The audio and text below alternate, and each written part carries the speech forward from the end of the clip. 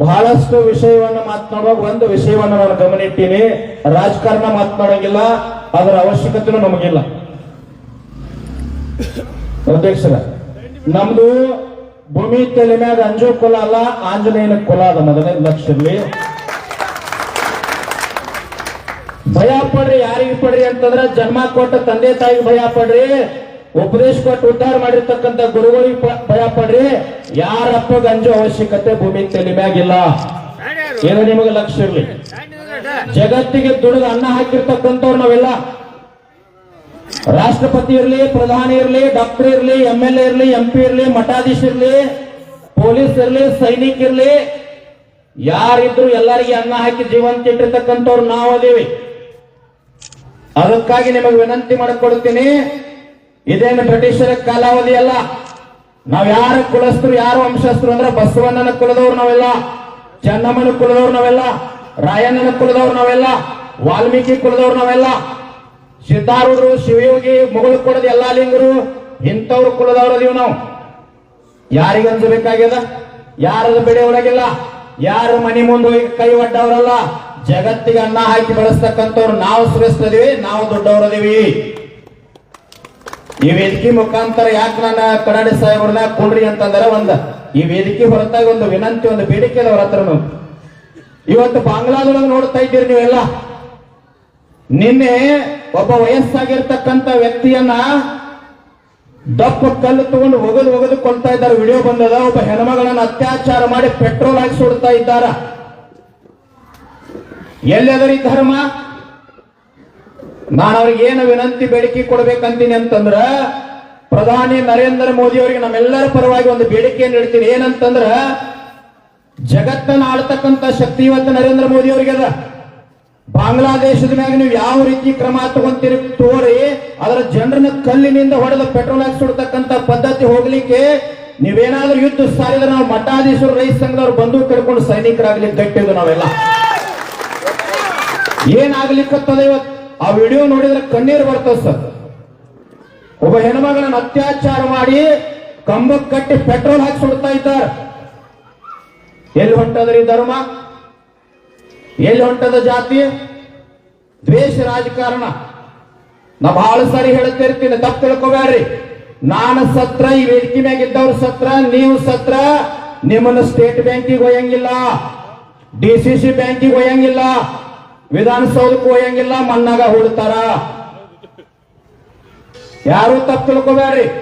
ಈ ಉತ್ತಾರ, ಈ ಹಣ, ಸ್ಥಾನ, ಶ್ರೀಮಂತಿಕೆ ಎಂದೂ ಬೆನ್ನು ಹತ್ತಿ ಬರಂಗಿಲ್ಲ. ಬಂಗಾರದ ಸೂಜಿ ಸಹಿತ ಬೆನ್ನು ಹತ್ತಂಗಿಲ್ಲ. ಅದಕ್ಕ ಮಹಾತ್ಮರು ಬಹಳ ಸಾರಿ ಹೇಳ್ಯಾರ, ಮಕ್ಕಳ ಭೂಮಿ ತೆಲಿ ಮ್ಯಾಗ ಬಬಲಾದಿ ಸದಾಶಿವ ಮುತ್ಯನ ಕಾಲದ್ದಾನ ಕೇಳಿರಲಿಲ್ಲ ಎಲ್ಲರೂ.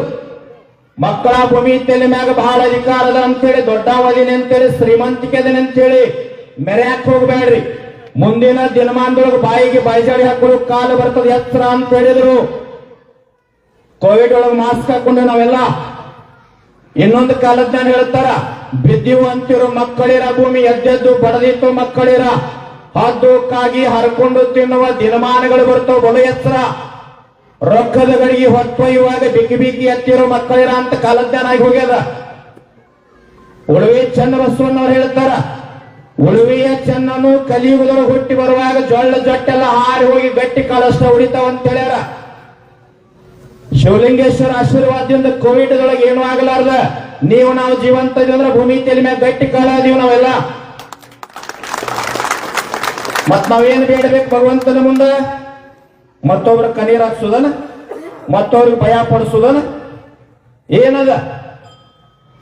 ಯಾವಾಗ ಬಿದ್ದು ಹೋಗ್ತದೆ ಗೊತ್ತಿಲ್ಲ, ಯಾವಾಗ ಮಣ್ಣಾಗ ಸೋರಿ ಹೋಗ್ತದೆ ಗೊತ್ತಿಲ್ಲ. ಯಾವ ರೂಪದೊಳಗೆ ಆಕ್ಸಿಡೆಂಟ್ ಆಗಿರ್ಬೋದು, ಹಾರ್ಟ್ ಆಗಿರ್ಬೋದು, ಕ್ಯಾನ್ಸರ್ ಆಗಿರ್ಬೋದು, ಮತ್ತೊಂದು ಏನಾರ ಯಾವಾಗ ಹೋಗ್ತದೆ ಗ್ಯಾರಂಟಿ ಇಲ್ಲ. ನಾಳೆ ಮುಂಜಾನೆ ಇರ್ತೀವಿಲ್ಲ ಗ್ಯಾರಂಟಿ ಇಲ್ಲ.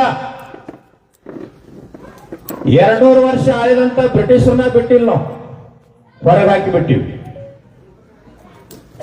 ಯಾಕೆ ಚೆನ್ನಮ್ಮನ ನೆನಪು ಪಡ್ಕೊಂತೀವಿ, ರಾಯನ್ ನೆನಪು ಪಡ್ಕೊಂತೀವಿ, ಗಾಂಧಿಯನ್ನ ಯಾಕೆ ನೆನಪು ಪಡ್ಕೊಂತೀವಿ, ಡಾಕ್ಟರ್ BR ಅಂಬೇಡ್ಕರ್ ಯಾಕೆ ನೆನಪು ಪಡ್ಕೊಂತೀವಿ? ಅವ್ರ ಮನೆಗಾಗಿ ಬದುಕಲಿಲ್ಲ, ಜನಕ್ಕಾಗಿ ಸಮಾಜಕ್ಕಾಗಿ ಬದುಕ್ಯಾರಂತ ಅವ್ರ ಫೋಟೋ ಪೂಜೆಗಾಕತ್ತೇವ. ಇದು ನಮ್ಮ ಬಬಲಾದಿ ಮಂದಿ ರಾತ್ರಿ ಇರೋದಲ್ಲ, ಎಲ್ಲಾ ಕಡೆ ಇರೋದಲ್ಲ ಒಟ್ಟ ಸಾಹೇಬರ. ಕೊನೆಗೆ ಹೇಳ್ಬೇಕತ್ತೀನಿ ಮುಂದೆ ನಡುನ ತಂದ ನೋಡ್ರಿ. ನೀವೆಲ್ಲ ಗಟ್ಟಿಯಾಗಿರಪ್ಪ, 300 ತಗೊಂಡಿರಿ, ನೀವೆಲ್ಲ ಗಟ್ಟಿಯಾಗಿ ಒಕ್ಕಟ್ಟಾಗಿ ಬಂದದಕ್ಕ ಈ 300 ಬಂದಕ್ಕಿರ ಸಾಹೇಬ್ರು ಬಹಳ ದುಃಖ ಆಗತ್ತೆ. ಈ ಕಡೆ ಬಂದೈತಿ, ಈ ಕಡೆ ಬಾರಿಗೆ ಹೊಂಟೈತ್ರಿ. ಏನ್ ಮಾಡೋದು, ಕೊಟ್ಟು ಉಪಯೋಗಿಲ್ಲ ಕತೆ ಸರ್ ಇದೆಲ್ಲ. ಈಗ ಅಥಣಿಯಿಂದ ಇಲ್ಲೇನು ವೇದಿಕೆ ಮ್ಯಾಗ ಕುಂತಾರಲ್ಲ, ಇವರೆಲ್ಲಾರ ನೇತೃತ್ವದೊಳಗ ನಮ್ ಸೋನಪ್ಪ ಪೂಜಾರಿ ಅವ್ರ ನೇತೃತ್ವದೊಳಗ, ನಿಂಗಪ್ಪನ ನಿಮ್ಮೆಲ್ಲಾರ ನೇತೃತ್ವದೊಳಗ ಅಥಣಿಯಿಂದ ಮುಂದಿನ ಡಿಸೆಂಬರ್ ಅಧಿವೇಶನ ಇರ್ತೈತಲ್ಲ, ಪಾದಯಾತ್ರೆ ಹೋಗ್ಬೇಕಂತ ಮಾಡಿ. ಯಾಕಂದ್ರ ಸಂಪೂರ್ಣ ಕರ್ನಾಟಕದೊಳಗೆ ಸಾರಾಯಿ ಬಂದ್ ಆಗಬೇಕಂತೇಳಿ. ಕೈ ಎತ್ರಿ ಯಾರು ಬರ್ತೀರಿ ನೋಡೋಣ. ಅರ್ಧ ಮಂದಿ ಎತ್ತ ಹೋಗ್ತದ, ಯಾಕೋ ಡೌಟ್ ಅದು. ಅಜ್ಜ ಒಳಗೆ ತಗೊಂಡು ಮ್ಯಾಕ್ ಕೈ ಎತ್ತಿಲ್ಲ ಎಂತ ಇರ್ಲಿ. ಹೆಂಗ ನಡೆದ ಸಮಾಜ, ನಾನು ಬಹಳ ವಿಷಯ ಹೇಳಂಗಿಲ್ಲ. ಎಲ್ಲರೂ ಹೋರಾಟದ ಬಗ್ಗೆ, ರೈತ ಸಂಘದ ಬಗ್ಗೆ, ರೈತರ ಚಿಂತನೆ ಬಗ್ಗೆ, ಏನು ಕಷ್ಟದ ಎಲ್ಲರೂ ಮಾತಾಡ್ಯಾರ. ಮೊನ್ನೆ ಒಂದು ಜಾದೂ ನಡೆದಿತ್ತು. ನಮ್ಮ ಅಧ್ಯಕ್ಷರು ಹೋಗಿ ನಿಂತರಲ್ಲಿ 1,00,000 ಮಂದಿ ಸೇರಿ ಅವೇನು ತಿಂದ್ರೆ ಜಾದೂ ಮಾಡವ. ಮೊದಲ ಕಲ್ಲ ತಿಂದ, ಆಮೇಲೆ ಕೆಬ್ಬಣ ತಿಂದ, ಆಮೇಲೆ ಗ್ಲಾಸ್ ತಿಂದ, ಕೊನೆಗೆ ಒಂದು ಕಟಗಿನ ತಿಂದ. ಯಾರು ಚಪ್ಪಾಳಿ ಹೊಡಿಲಿಲ್ಲ, ಯಾರು ನಗಲೇ ಇಲ್ಲ. ಅವಾಗ ಅಧ್ಯಕ್ಷರು ಕೇಳಿದ, ನಾವು ಜಾದೂ ಮಾಡವ್ ಯಾಕ್ರಿ ಅಧ್ಯಕ್ಷರು, ಜನ ನಿಮ್ ಭಾಗದಾಗ ನಗವತ್ತು ಚಪ್ಪಾಳಿ ಹೊಡಿಯತ್ತರ್ಲಿ ಅಂದವ. ಅವಾಗ ಅಧ್ಯಕ್ಷರಂದ್ರು, ನಿಂದೇನ್ ದೊಡ್ಡ ಸಾಧನೆ ಅಂದ. ಅಧ್ಯಕ್ಷರು ಹೇಳಿದ್ರು, ನಿಂದೇನ್ ದೊಡ್ಡ ಸಾಧನೆ ಅಂದ. ಯಾಕ್ರಿ, ಕಲ್ಲು ತಿಂದೆ, ಕಬ್ಬಣ ತಿಂದೆ, ಮಣ್ಣು ತಿಂದೆ, ಕಟಗಿ ತಿಂದೆ, ಮತ್ತೇನ್ ತಿನ್ಬೇಕಂತ ಹೇಳಿ ತಿಂತೀನಿ ಅನ್ನೋ. ನಿಂದೇನ್ ದೊಡ್ಡ ಸಾಧನೆ ಅಂದ್ರು. ನಮ್ಮಲ್ಲಿ ರೋಡಿಗೆ ರೋಡ ತಿಂದಾರ,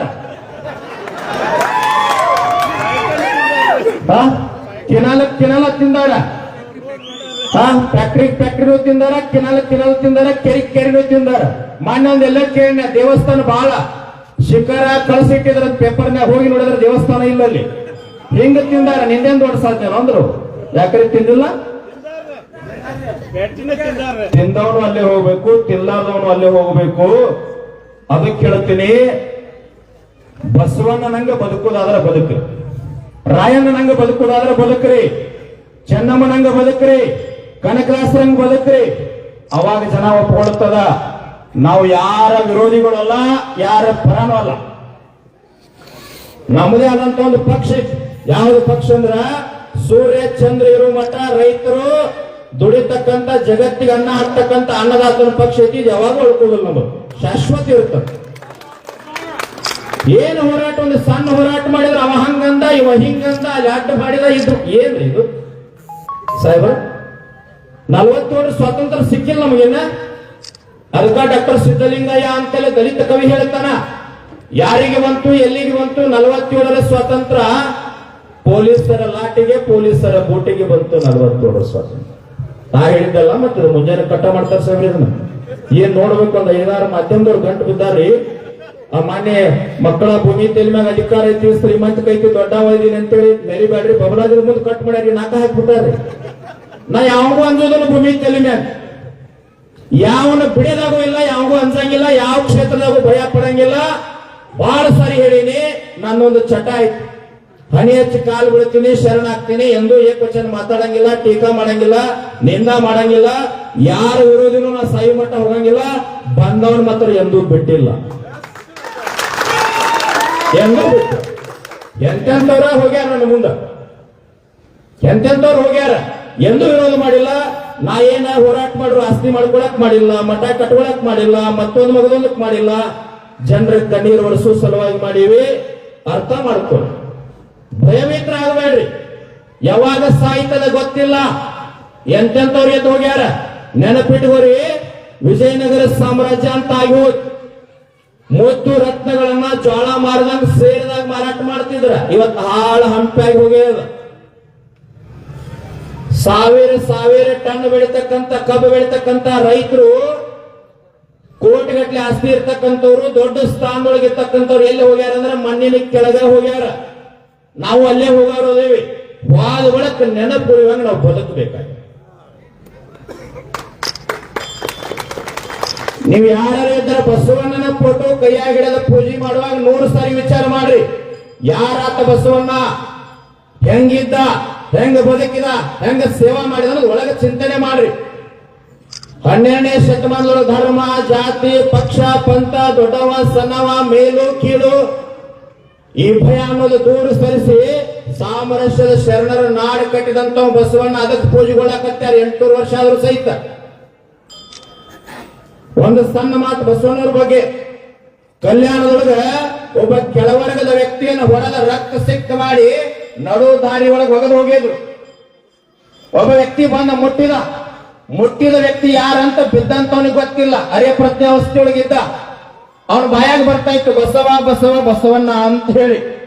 ಅವಾಗ ಮುಟ್ಟಿದ ವ್ಯಕ್ತಿ ಕೇಳ್ತಾರ, ನಾನೇ ಬಸವಣ್ಣ ನಾನೇ ಮುಟ್ಟಿನಿ ಅಂತ ನಿನಗೆ ಹೆಂಗ್ ಗೊತ್ತಾಯ್ತು ಅಂತಂದಾಗ, ಯಪ್ಪ ಕಲ್ಯಾಣದೊಳಗೆ ಬಿದ್ದಂತವ್ರನ್ನ ಎತ್ತುವಂತವ್ ಬಸವಣ್ಣ ಬಿಟ್ಟು ಮತ್ತೆ ಯಾರು ಬರ್ತಾರ ಅದಕ್ಕೆ ಬಸವಣ್ಣ ನೀನಿ ಅಂತ ಹೇಳಿದ್ರು.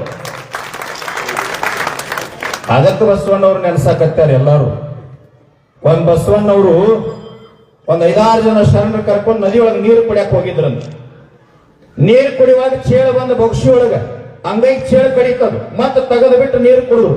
ಹಿಂಗ 5-6 ಸಾರಿ ಆದ ನಂತರ ಜೊತೆಗಿದ್ದಂತ ಶರಣರು ಕೇಳಿದ್ರು, ಯಪ್ಪ ಚೇಳು ಕಡಿಯಾಕತ್ತೈತ್ರಿ ನಂಜ ಏರ್ಲಿಕ್ಕತ್ತದ ಅದನ್ನ ಈ ಕಡೆ ಸರಸರಿ ಕೊಂದು ಬಿಡ್ತೀನಿ ಅಂದ್ರು ಅವ್ರು ಶರಣರು. ಅವಾಗ ಬಸವಣ್ಣವ್ರು ಹೇಳಿದ್ರು, ಹಂಗಲ್ಲಪ್ಪ, ಜಗತ್ತಿನೊಳಗೆ ಭಗವಂತ ಎಲ್ಲರಿಗೂ ಒಂದೊಂದು ಧರ್ಮ ಕೊಟ್ಟಾನ. ಚೇಳಿಗೆ ಮತ್ತೊಬ್ಬರನ್ನ ಕಡಿಯೋ ಧರ್ಮ ಕೊಟ್ಟಾನ. ಕಡದಂತವ್ರನ್ನು ಕ್ಷಮಾ ಮಾಡಿ ಹೊರಗೆ ಬಿಡೋ ಧರ್ಮ ನನಗ್ ಕೊಟ್ಟಾನ. ಅದಕ್ಕೆ ಆ ಧರ್ಮ ಪಾಲನೆ ಮಾಡ್ಬೇಕಾಗಿತ್ತು ಅಂತ ಹೇಳಿದ್ರು. ಯಾವುದಕ್ಕದರಿ ಈಗ ರಾಜ್ಯದೊಳಗೆ ಮುಖ್ಯಮಂತ್ರಿಗಳ ಲಿಸ್ಟ್ ಅದಾವಿಲ್ರಿ. ಮೊದಲ ಹಿಡಿದ ಇರ್ತಕ್ಕ ಬೋರ್ಡ್ನಾಗ ಅದಾವ. ಅವಿಶ್ವ ಜನ ಹೋಗ್ಯಾರ ಅವರೆಲ್ಲ. ನಾವು ಅದೀವಿ. ಬಹಳ ದೊಡ್ಡ ಸನ್ಯಾಸಿ ಇದೀನಿ, ಜ್ಞಾನಿ ಇದೀನಿ, ದೊಡ್ಡ ಮಠ ಕೈತೀನಿ ಅಂದ್ರೆ ನಂದೇನು 700 ವರ್ಷ ಬದುಕೋದಿನಿ, ಒಂದೇನೆ ಬಿಡೋದೈತಿ. ಎಲ್ಲರೇ ಒಂದು 1000 ವರ್ಷ ಆಯುಷ್ಯದ ಇದ್ರೆ ಹೆಂಗ್ರಿ ಸೈ ಬಿಡೋದು? ಗಾಳ್ಯಾಗ ಫ್ಯಾಕ್ಟ್ರಿ ಕಟ್ಟಿದ್ರ ನಂತಿಂದ ಒಟ್ಟ 100 ವರ್ಷ ಐತಿ. ಅದರಾಗಿದೆಲ್ಲ ಹೈಬ್ರಿಡ್ ಊಟ ಮಾಡಿ 60-65 ಲಾಸ್ಟ್ ಅದ. 25 ವರ್ಷದಾಗ ಹಾರ್ಟ್ ಅಟ್ಯಾಕ್ ಅವು ಎಲ್ಲ ಸೇರಕತ್ತ. ಶುಗರ್ ಅದು 5,000 ಟನ್ ಕಬ್ಬ ಬಿಡೋದು ಮನ್ಯಾಗ ಚಾ ಕುಡಿಲಾರದ ಪರಿಸ್ಥಿತಿ ಆಗ್ಯದ. ಯಾಕ್ರಿ ಸಾಕ್ ಬಿಡ್ತೀರಿ ಅಂತ ಸೃಶಾಲನ್ನ ನಡೀತದ. ಕಾವೇರಿ ಮುಂದ್ ಬಿಡ್ತೀರಿ ಹಿಂಗಾಗಿ ಬಿಡುತ್ತದ. ಇಲ್ಲ ನಾ ಬಹಳ ವಿಷಯ ಹೇಳೋದಿಲ್ಲ. ಇವತ್ತು ಜಗತ್ತಿನೊಳಗೆ ಅನ್ನದಾತ ಇಲ್ಲ ಅಂದ್ರೆ ಏನೂ ಇಲ್ಲ. ಯಾರಿಗೇನೆ ವಿರೋಧ ಮಾಡ್ರಿ, ನೀವು ಯಾರಿಗೇನೆ ದ್ವೇಷ ಮಾಡ್ರಿ. ನಿಮ್ಮೆಲ್ಲರಿಗೆ ಅನ್ನ ಹಾಕಿರ್ತಕ್ಕಂತ ಬೆವರು ಸುರಿಸಿ ಭೂಮಿ ತಾಯಿ ಒಳಗೆ ಪ್ರಾಮಾಣಿಕತೆಯಿಂದ ದೇವರಂತ ನಂಬಿರ್ತಕ್ಕಂತ ರೈತರಿಗೆ ಮೋಸ ಮಾಡಬೇಡ್ರಿ. ನಮ್ಮ ಅಣ್ಣ ಹೇಳಿದ ಸಾಹೇಬ್ರ, ನೀವು 3,300 ಕೊಡಾಕತ್ತೀರಿ ಕೆಲವು ಫ್ಯಾಕ್ಟ್ರಿ ಅವ್ರು, ಒಳಗ್ ಕಾಟ ಹೊಡ್ಯಾಕತ್ತೀರಿ. ಶಾಪರೇ ತಿಳ್ಕೊರಿ, ದ್ವೇಷರೇ ತಿಳ್ಕೊರಿ. ಕರ್ನಾಟಕದೊಳಗೆ ಯಾವರೇ ಫ್ಯಾಕ್ಟ್ರಿ ಮಾಲಕ ಕಾಟ ಹೊಡೆದಂದ್ರೆ ಅವನ ಮಕ್ಕಳೆಲ್ಲ ಹೊಳ ಬಿದ್ದು ಸತ್ತು ಹೋಗ್ತಾವ. ಹೊಡಿಬೇಡ, ದುಡೀರಿ. ರಾಜಕಾರಣ ಮಾಡಿ ಧರ್ಮದಿಂದ, ರೊಕ್ಕ ಗಳಿಸಿದ್ರೆ ಧರ್ಮದಿಂದ, ಅಧಿಕಾರಕ್ಕೇರಿ ಧರ್ಮದಿಂದ. ನಮ್ದು ಯಾವುದೂ ವಿರೋಧಿಲ್ಲ. ಇವತ್ತು ಹಿರಣ್ಣ ಕಡೇರಿ ಸಾಹೇಬ್ರು ನಮ್ಮ ಜೊತೆ ಬಂದು ಕುಂತ್ರು. ಅವ್ರ ಜೊತೆ ನಮ್ಮದು ಪ್ರೇಮದ ಜಗಳ ಇರ್ತದೆ ಸಾಹೇಬ್ರು. ಯಾವತ್ತು ಎದ್ರ ಸಲುವಾಗಿ? ರೈತರ ಸಲುವಾಗಿ. ವೈಯಕ್ತಿಕ ಏನೂ ಇಲ್ಲ, ನಮಗೇನೂ ಸಂಬಂಧ ಇಲ್ಲ. ಅಂತವ್ರೊಬ್ಬ ರಾಜ್ಯಸಭಾ ಸದಸ್ಯರು ಮಾನ್ಯ ದೆಹಲಿ ಒಳಗೆ ಮಾತಾಡಿದ್ರು. ಈ 224 ಮಂದಿ MLA ಗಳದಾರಲ್ಲ, ಅವರಿಗೆ ನಾವು ವಿನಂತಿ ಮಾಡ್ಕೊಳ್ತೀನಿ, ರೈತರ ಪರವಾಗಿ ಮಾತಾಡ್ರಿ. ನೀವು ಆರಿಸಿ ಬರ್ರಿ, ಶಾಸಕರಾಗ್ರಿ, ಸಚಿವರಾಗ್ರಿ, ದೊಡ್ಡ ದೊಡ್ಡ ಸ್ಥಾನಕ್ಕೆ ಹೋಗ್ರಿ. ನಮ್ದೇನು ವಿರೋಧ ಇಲ್ಲ. ಮೊನ್ನೆ 1-2 ಹಳ್ಳ್ಯಾಗ ಕಾರ್ಯಕ್ರಮ ಮಾಡಿ ಹಿಂಗ ಅಡ್ಡಾಡಿ ಬರುವುದ ಕೆಲವು ಮಂದಿ ಜ್ವರನ ಸಾಹೇಬ್ರ. ಯಾಕ್ರಿ? 1-4 ಕಾರ್ಯಕ್ರಮ ಅಡ್ಡಾಡಿ ನಮ್ ಗಾಡಿ ಸುತ್ತ ಹಾಕ್ತಾರ ಜ್ವರನ.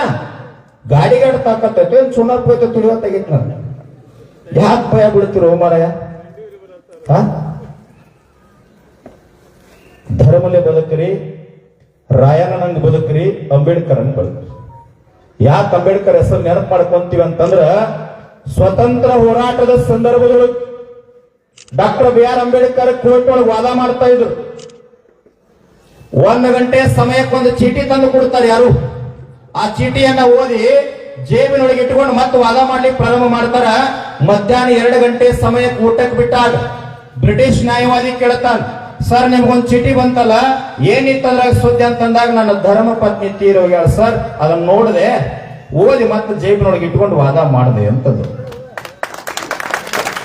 ಅವಾಗ ಬ್ರಿಟಿಷ್ ನ್ಯಾಯವಾದಿ ಅಂತಾನ, ಸರ್ ನಿಮಗ ಬಂದ ಸುದ್ದಿ ನನ್ನ ಧರ್ಮ ಪತ್ನಿ ತೀರ್ಯಾಳ ಅಂತ ಬಂದಿದ್ದಾರೆ, ಕೋರ್ಟ್ ಬಿಟ್ಟು ಮನೆಗೆ ಹೋಗ್ತಾ ಇದ್ದೆ, ನೀವ್ಯಾಕೆ ಹೋಗ್ಲಿಲ್ಲ ಸರ್ ಅಂದಾಗ ಡಾಕ್ಟರ್ ಬಿ ಆರ್ ಅಂಬೇಡ್ಕರ್ ಹೇಳ್ತಾರೆ, ನನ್ನ ಧರ್ಮ ಪತ್ನಿ ತೀರಿ ಹೋದವಳು ನಾನು ಹೋದ್ರ ಏನ್ ಜೀವಂತಾಗಿ ಬರೋದಿಲ್ಲ. ಆದ್ರ ನಾನು ಯಾಕೆ ವಾದ ಮಾಡ್ತಿದ್ದೀನಿ ಅಂದ್ರೆ, ಸ್ವತಂತ್ರ ಹೋರಾಟದೊಳಗೆ ಗಟ್ಟಿಯಾಗಿ ಕೆಚ್ಚದೆಯಿಂದ ಹೋರಾಟ ಮಾಡಿ ಸ್ವತಂತ್ರ ತಂದು ಕೊಟ್ಟಿರ್ತಕ್ಕಂಥ 47 ಜನ ಹೋರಾಟಗಾರರು ನಾವು ವಾದ ಮಾಡಿದ್ರೆ ಗಲ್ಲಿ ಹೋಗ್ತಾರೆ ಸರ್, ಅವ್ರು ಬಿಡಿಸ್ಬೇಕಾಗಿದೆ, ಅದಕ್ಕೆ ವಾದ ಮಾಡ್ತಾ ಇದ್ದೀನಿ ಅಂತ ಹೇಳಿ. ಅವಾಗ ಬ್ರಿಟಿಷ್ ನ್ಯಾಯವಾದಿ ಅಂತಂದ, ವಾದ ಬೇಡ ಏನು ಬೇಡ ಸರ್, 47 ಮಂದಿ ನಿರಪರಾಧಿ ಅದರ ಬಿಟ್ಟು ಬಿಡ್ರಿ ಅಂತ ಹೇಳಿದ್ರು. ಸಮಾಜಕ್ಕಾಗಿ ಧರ್ಮಕ್ಕಾಗಿ ಜನಕ್ಕಾಗಿ ಬದುಕ್ಯಾರ, ನಮ್ಮ ಬದುಕು ಹಂಗಿರ್ಬೇಕು. ಕೊನೆ ಒಂದು ಮಾತು, ನಾನು ಮಾತು ಮುಗಿಸ್ತೀನಿ. ಸಂಗೊಳ್ಳಿ ರಾಯಣ್ಣ ನಂದಗಡದೊಳಗೆ ಗಲ್ಲಿಗೆ ಏರಿಸಿದ್ರು. ಯಾಕೆ ನಂದಗಡದೊಳಗೆ ನನ್ನ ಗಲ್ಲಿಗೆ ಹಾಕ್ರಿ ಅಂತೇಳಿ ರಾಯಣ್ಣ ಹೇಳ್ದ? ಚೆನ್ನಮ್ಮನ ಸಂಸ್ಥಾನ ಸ್ವತಂತ್ರ ಮಾಡುವ ಸಲುವಾಗಿ ಕಾಳು ಕಡಿಗಳನ್ನ ಹಣವನ್ನ ಸಂಗ್ರಹ ಮಾಡತಕ್ಕಂತ ಸಂದರ್ಭದೊಳಗ ನಂದಗಡದೊಳಗೆ ಕಾಲು ಹಿಡಿದ್ರೊಳಗೆ ಒಬ್ಬ ಹೆಣ್ಮಗಳು ತಲೆ ಮ್ಯಾಗ ಕೊಡ ಇಟ್ಟುಕೊಂಡು ಮುತ್ತೈದ ಹೆಣ್ಮಗಳು ಎದುರಿಗೆ ಬರ್ತಾಳ. ಅವಾಗ ರಾಯಣ್ಣ ನೋಡಿ ಕೊರಳಿಗಿರ್ತಕ್ಕಂಥ ಮಾಂಗಲ್ಯ ಸರವನ್ನ, ಬಂಗಾರದ ಸರವನ್ನ ಹೊರದು ರಾಯಣ್ಣನ ಕೈಯೊಳಗಿರ್ತಾಳ ತಾಯಿ. ಅವಾಗ ರಾಯಣ್ಣ ಹೇಳ್ತಾನ, ತಾಯಿ ಮಾಂಗಲ್ಯ ಕೊಡಬೇಡ, ನಿನ್ನ ಸುಮಂಗ್ಲಿ ಹೋಗ್ತದ ಅಂದ ಕೂಡಲೇ ತಾಯಿ ಅಂತಾಳ, ರಾಯಣ್ಣ ಮನೆಗೆ ಹೋಗಿ ಅರಿಶಿನ ಬೇರೆ ನನ್ನ ಗಂಡನ ಕಡೆ ಕಟ್ಕೊಂತೀನಿ, ನನ್ನ ಸುಮಂಗ್ಲಿ ಹೋಗಂಗಿಲ್ಲ. ಆದ್ರೆ ಈ ಮಾಂಗಲ್ಯ ಸರ ನಿನ್ನ ಕೈಯಾಗ ಕೊಟ್ರ ನೀ ಮಾರಾಟ ಮಾಡಿ ಕಾಳು ಕಡಿ ತಗೊಂಡು ಸ್ವತಂತ್ರ ಗಟ್ಟಿಯಾಗಿ ಹೋರಾಟ ಮಾಡಿ ಚೆನ್ನಮ್ಮನ ಸಂಸ್ಥಾನ ಸ್ವತಂತ್ರ ಆತಂದ್ರ ಕಿತ್ತೂರು ನಾಡೊಳಗೆ ನನ್ನಂತ ಲಕ್ಷಾಂತರ ಹೆಣ್ಮಕ್ಳು ಸುಮಂಗಲಿ ಆಗ್ತಾರ, ರಾಯಣ್ಣ ತಗೊಂಡು ಹೋಗ್ನಿ ಅದನ್ನ ಅಂತ ಹೇಳಿ. ಅದಕ್ಕಾಗಿ ರಾಯಣ್ಣ ಅಲ್ಲಿ ಗಲ್ಲಿಗೇರಿಸ್ರಿ ಅಂತ ಹೇಳದ. ಇರ್ಲಿಲ್ಲ ಸುಮ್ಮನೆ ನಾವು ದಿನ ರಾತ್ರಿ ಅಪ್ಪವ್ರದ ನಂಬದ ದಿನ ರೂಢಿ ಹಿಂಗ ಅದ.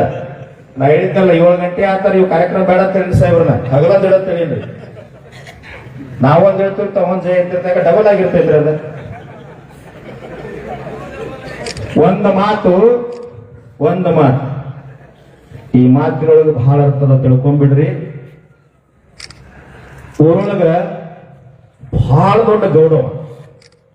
ಮಧ್ಯರಾತ್ರಿ 1 ಗಂಟೆಗೆ ಸಾಹೇಬ್ರ ಹುಲಿ ಬಂತು. ಎಲ್ಲಾ ಜನ ಚಲಾಪಿಲ್ಲಿಯಾಗಿ ಓಡಾಡಕತ್ತರು ಲಿಂಗಪ್ಪಣ್ಣ. ಆ ಗೌಡ ಏನ್ ಮಾಡಿದ ಅಂತಂದ್ರೆ, ಮನಿಗೆ ಹೋದ, ಬಂದೂಕ್ ತಗುತ್ತಾ ಅಂತ ಹೇಳ್ತೀವಿ.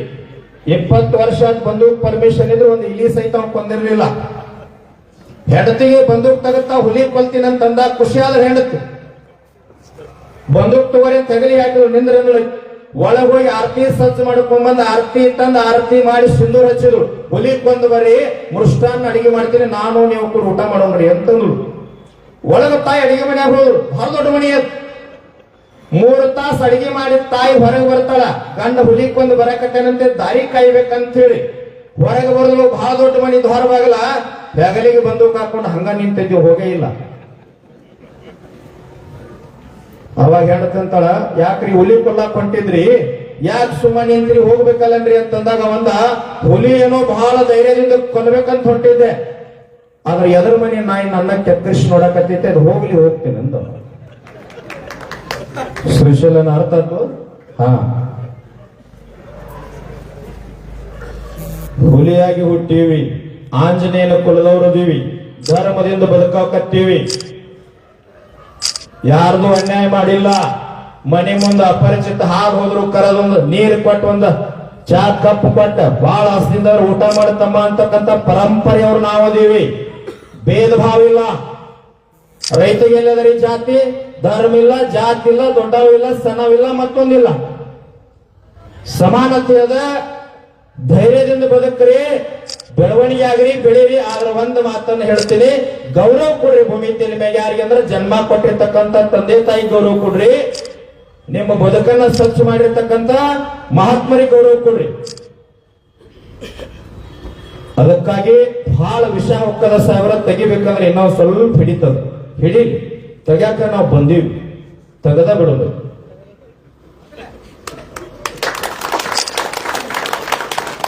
ನಾವೇ ಇಲ್ಲ, ಯಾರ ಪರನೂ ಅಲ್ಲ, ವಿರೋಧನೂ ಅಲ್ಲ, ನಮಗ ರಾಜಕಾರಣ ಸಂಬಂಧನೂ ಇಲ್ಲ. ಯಾರು ಒಳ್ಳೆ ಕೆಲಸ ಮಾಡ್ತಾರ ಅವ್ರ ಪರವಾಗಿ ನಾವಿಲ್ಲ. ಯಾವುದೇ ಪಕ್ಷ ಯಾರು ಒಳ್ಳೆ ಕೆಲಸ ಮಾಡ್ತಾರ, ಜನರ ಪರವಾಗಿ ಕಣ್ಣೀರು ಒರೆಸ್ತಾರ, ನಾವು ರೈತರ ಪರ ಅದೀವಿ ಅಂತ ಯಾರು ಹೇಳ್ತಾರ, ಅವ್ರ ಜೊತೆ ನಾವು ಯಾವತ್ತೂ ಇರ್ತೀವಿ. ಬಹಳ ಸಮಯ ಆಗ್ಯದ, ಅಧ್ಯಕ್ಷರು ಬಿಡ್ತೀನಿ. ಒಂದು ಮಾತು, ಇಲ್ಲೇನು ಹಾರಾಡಕತ್ತೈತಲ್ಲ ನೋನ, ನೊಣದ ತಲೆಯಾಗ ವಿಷ ಐತೆ. ನೊಣ ತಿಂದು ಹಲ್ಲಿ ಬದುಕ್ತದ, ಹಲ್ಲಿ ಒಳಗೆ ವಿಷ ಐತೆ. ಹಲ್ಲಿ ತಿಂದು ಕಪ್ಪಿ ಬದುಕ್ತದ, ಕಪ್ಪಿ ಒಳಗೆ ವಿಷ ಅದ. ಕಪ್ಪಿ ತಿಂದು ಹಾವು ಬದುಕ್ತದ, ಹಾವಿನೊಳಗೆ ವಿಷ ಅದ. ಅದೇ ಇಲ್ರಿ ಹಾವಿನೊಳಗೆ ವಿಷ. ಹಾ, ಆ ಹಾವು ತಿಂದು ಕೋಳಿ ಬದುಕ್ತದ. ಹಾಗಾದ್ರೆ ಕೋಳಿ ಮೈ ತುಂಬಾ ವಿಷ ಆತಲ್ಲ, ಕೋಳಿ ತಿಂದು ಅದಕ್ಕೂ ಚಪ್ಪಲ್ ಬಿಡ್ತಾರ ನೋಡ್ರಿ. ನಮ್ಮಂದು ಹಿಂಗಾದ್ರೆ ಇದು ನಾ ಹೇಳಿದ ಆ ಕೋಳಿ ಎಲ್ಲ ತಪ್ಪು ತಿಳ್ಕೋಬೇಡ್ರಿ. ಇದ್ರ ಒಳಗೆ ಒಂದು ಕೋಳಿ ಹೋಗ್ತದ. ನಾನು ನಂದು ನನಗಾಗಿ ನಾನು ಶ್ರೇಷ್ಠ, ನಾ ಇರದೇ ನಡೆಯುದಿಲ್ಲ. ಈ ಜಿಲ್ಲಾ ನನ್ನಿಂದ, ರಾಜ್ಯ ನನ್ನಿಂದ, ಈ ಭೂಮಿ ನನ್ನಿಂದ, ಇದು ಯಾವುದಂತ ಒಳಗೆ ಹೋಗ್ತೈತ್ಲ. ಇದ್ರ ಒಳಗಿಂದ ಕೋಳಿ ಏನು ದುಷ್ಟು ಕೋಳಿ ಒಳಗೆ ಹೋಗ್ತೈತಲ್ಲ, ಇದೆಲ್ಲ ಹೊರಗೆ ಹಾಕಿದ್ ಯಾವ್ದು ನೀರ್ ಅಂದ್ರೆ ಗುರ್ಲಾಪುರದ ಚುಣಪ್ಪ ಪೂಜಾರ ನೀರು ಹೊರಗೆ ಹಾಕಿಬಿಡ್ತಾರೆ. ಇನ್ನ ಹಾಕ್ತದೆ ಎಲ್ಲಿ ಮಟ್ಟ ಹಾಕ್ತದ ಅಂತಂದ್ರ ಗುರ್ಲಾಪುರ ವೇದಿಕೆ ಮುರಿಬೇಕಂತೇಳಿ ನಮ್ ಕಡಾಡಿ ಸಾಹೇಬ್ ಹೇಳಿದಂಗ ಬಹಳ ಮಂದಿ ಪ್ರಯತ್ನ ಮಾಡಿದ್ರು, ಮುರ್ಕೊಂಡು ಹೋಗ್ಯಾರ, ಶಾಂತು ಆಗ್ಯಾರ. ನಾವು ಶಾಂತದಿ ಧರ್ಮಲೇದಿವ್, ಧರ್ಮದಿಂದ ಬದುಕ್ರಿ. ರೈತಗ, ಸಂತಗ ಮತ್ ಗಡಿ ಕಾಯ್ತಕ್ಕಂತ ಸೈನಿಕರಿಗೆ ಗೌರವ ಕೊಡ್ರಿ. ನಿಮಗೂ ಒಳ್ಳೇದಾಗ್ಲಿ, ಭಗವಂತ ನಿಮ್ಮನ್ನು ಬೆಳೆಸ್ಲಿ, ಕುಂತವ್ರನ್ನೆಲ್ಲ ಬೆಳೆಸ್ರಿ, ನಿಮ್ಮನ್ನೆಲ್ಲ ನೋಡಿ ಆನಂದ ಪಡುವಂತ ಆಶೀರ್ವಾದ ನಮಗೂ ಮಾಡ್ಲಿ ಅಂತ ಹೇಳಿ ನನ್ನೆರಡು ಮಾತುಗಳನ್ನು ತಮ್ಮೆಲ್ಲರ ಪಾದಕಾರ್ಪಣೆ ಮಾಡ್ತಾರೆ.